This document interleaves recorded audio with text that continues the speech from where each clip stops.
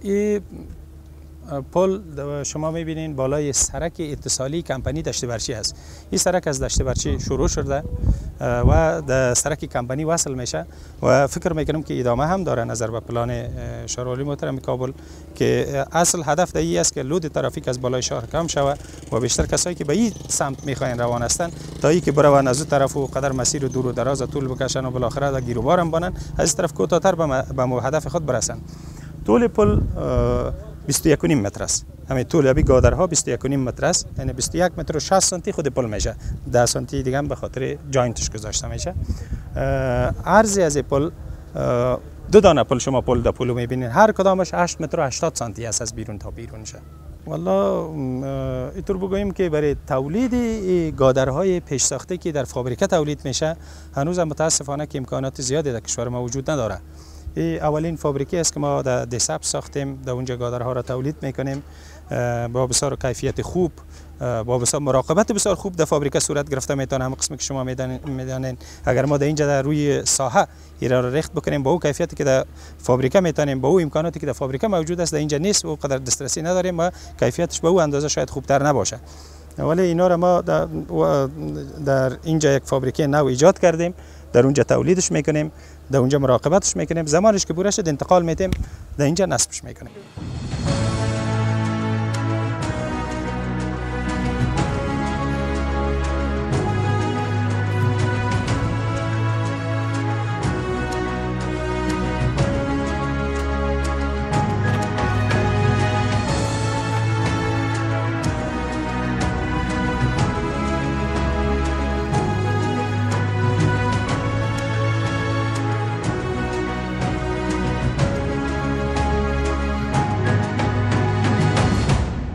عبدالرحمن هستیم از ولایت کندوز، ولسوالی قلعه زالشان. خب مسئول ما در اینجا پلیسکاری است.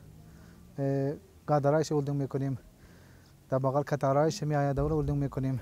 اینجا یک 4-5 دانه هم پرسنل ما است که کار میکنه. قطعا خودشان نجار است و یگان اسکواتر کار است، کرین کار است. وقتی که همو کار میکنیم نه تو احساس میکنیم که در خانه خود جور میکنیم.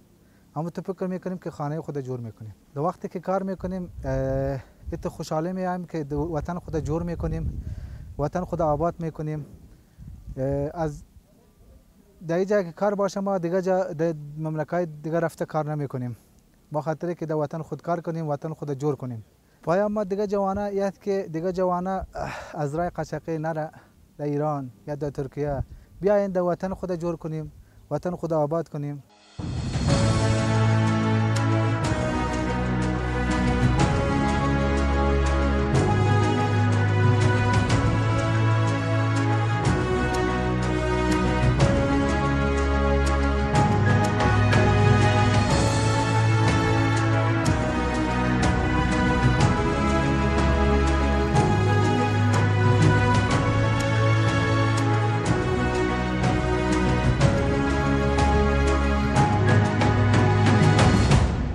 اسم ما محمد علی، باشنده دشت برچی هستیم. ولی از سرک که جور میشه خیلی خوشحال هستیم، چون که سرک زیادتر جور شده در نفع مردم است.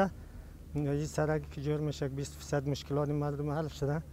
دیگه سرک هم که جور شود در نفع مردم است. این خوش است. باز یا که شاید خانه‌اش در سرک بره ولی باز در نفع مردم است.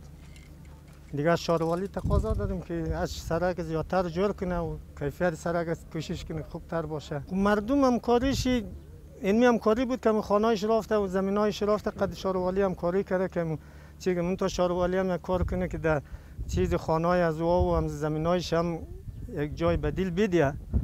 دیگه کسایی هست که بیچاره اون یک خانه گرفته در سرک رفته، اگه او جای بدیلش نده دیگه بعد از اون مشکل است. دیگه هم شهروالی و شهرسازی یک توجه داشته باشد از قسمتی از خانه‌های مردم. هم مردم خوش هستند، هم کسایی که سرک خانه‌اش در سرک رفتم که اون وقتا شاید دیق باشه خانه‌اش رفته، در اصل خوش هستند که سرک زیادتر شه و مشکلات مردم کمتر میشن، رابندی‌ها کمتر میشه. دیگه مردم خوش هستند، 100% خوش هست مردم.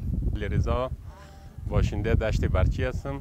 این سرک بین جاده شهید مزاری سرک کمپانیه که اینمی پول بخیر جور شود. دیگه سرک جور شده، پولم که جور شود بسیار مشکلات مردم رفت میشه. از نگاه چیز رابندی پول سوخته و کجا همین مردم های دشت برچی که طرف گردنه باغ بالا و این طرف کمپانی کار داشته باشه، از این مسیر بسیار یک مسیر کوتاه و خوب. ما از جور شدن از این سرک و همچنان که بخیر همین پول جور شود بسیار خوش هستیم. دیگه مشکلات زیادتر مشکلات مردم رفت میشه.